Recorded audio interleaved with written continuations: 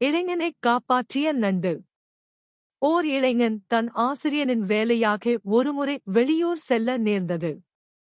புறப்படும் முன் தன் தாயிடம் விடை பெற்றுக்கொள்ள வீட்டுக்கு வந்தான்.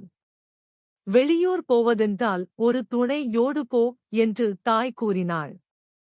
எனக்கு துணைவரக்கூடியவர்கள் யாரும் இல்லையே என்று இளைஞன் கூறினான்.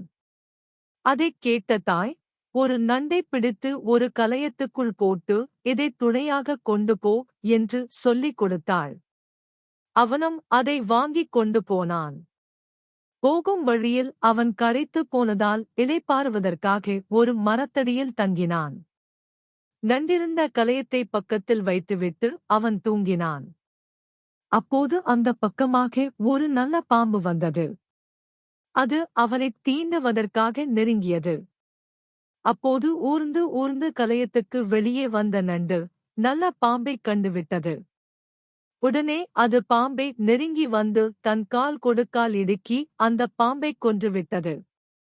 நெடுநேரம் சென்று தூங்கி எழுந்த இளைஞன் செத்துக்கிடந்த பாம்பைப் பார்த்து திடுக்கிட்டுப் போனான். அதைக் கொன்றது யார் என்று ஆராய்ந்தபோதுதான் கொண்டு வந்த நண்டுதான் என்று தெரிந்து கொண்டான்.